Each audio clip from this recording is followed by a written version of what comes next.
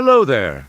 You know, in many ways, Candy's efforts to document the so-called stalkers often end up showing just how out of touch she truly is, and that's what she does here. But of course, just how she does it is the very essence of Candiness. Cue up Hall and Oates. It's time to disprove Candy. Again. Hello everyone.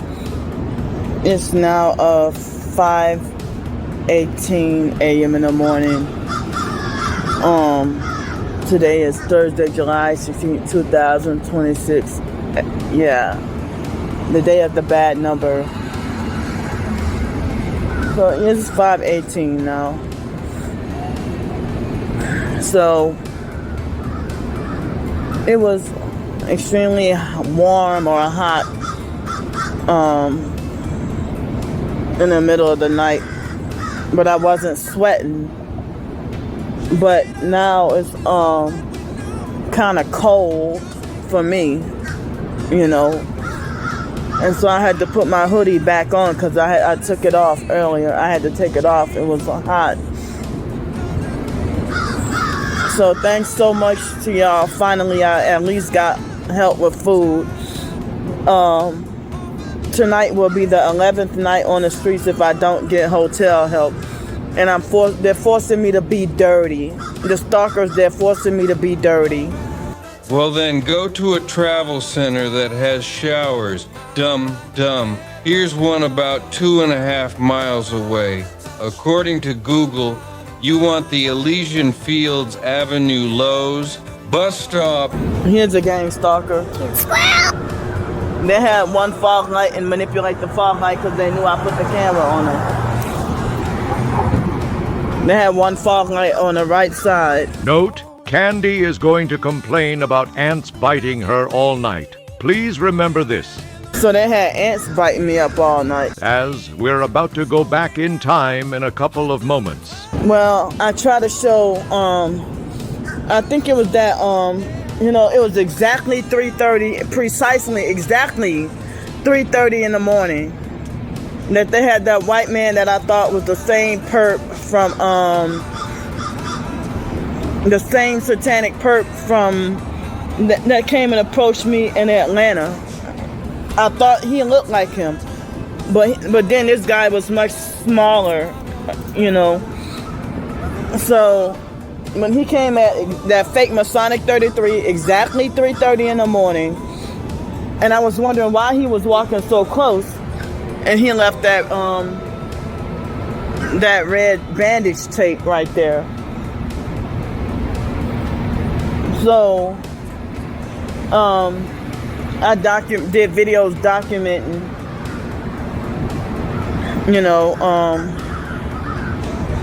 because I didn't even know he put that there until like an hour later.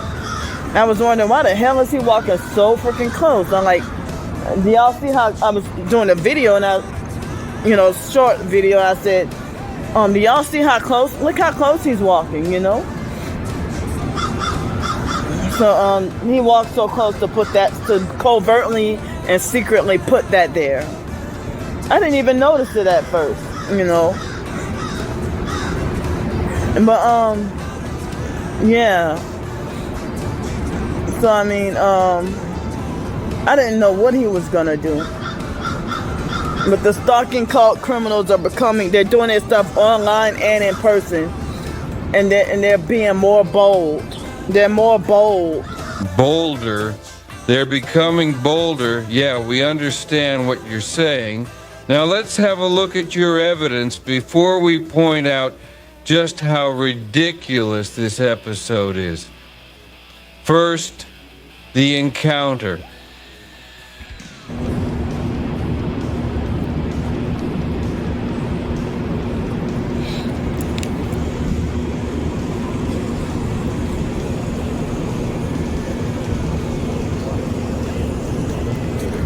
Look how close he's walking.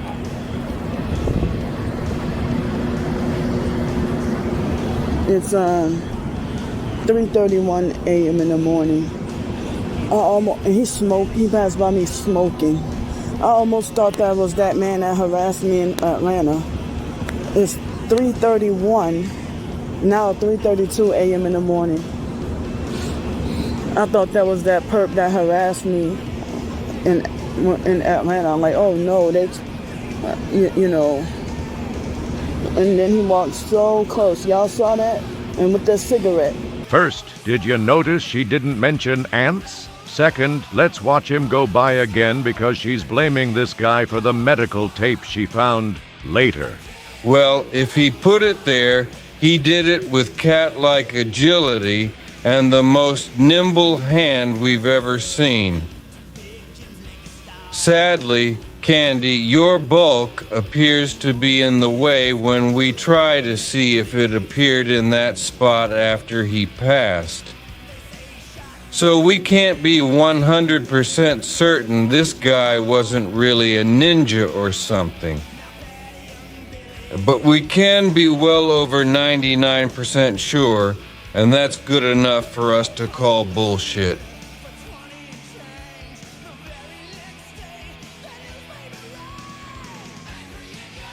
A while later, she made another short where she wasn't 100% sure he was the phantom tape lever. Okay, y'all. It's 3:59 a.m. in the morning. So I just noticed that man that walked too close. If it wasn't him, then it was another person. But look what he left. Can y'all see this? This is look like a red roll of bandages. Like when you bandage up an injury, it's a red roll. So I mean, this must be a another covert threat to hurt me. I'm documenting. So they coming in person to attack me and try to fuck with me, harass, gang stalk, and do stuff. This cult. Why would they leave this? And look how close to my belongings they left it. I think it was that man. If it wasn't him, it was another person because I was dozing off and falling asleep. Well, I didn't fall asleep, but I was kind of nodding off a little bit. They're getting more desperate, they're getting worse, they're getting more dangerous. Here's another gang stalking threat right here. Girl, you out of your damn mind. If they wanted to smoke you, they'd have smoked your ass while you was nodding off. She's such an idiot, y'all. That's a fair point. Why go to the trouble of leaving a message about potential future harm when they could have harmed you then and there? Chances are someone else walked by who didn't draw your attention and left it there in case you needed it. Naturally, since you're not holding up a sign that says, "I hate the color red," they couldn't have known your particular obsession with it.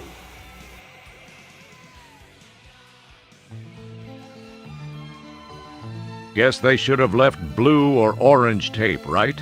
Anyway, once again, no mention of ants in this short either, so they must not have been an all-night nuisance. And, more importantly, she can't be as scared as she wants us to think she is. Why? Quite simple. She went right back to business as usual after describing this supposed red tape threat.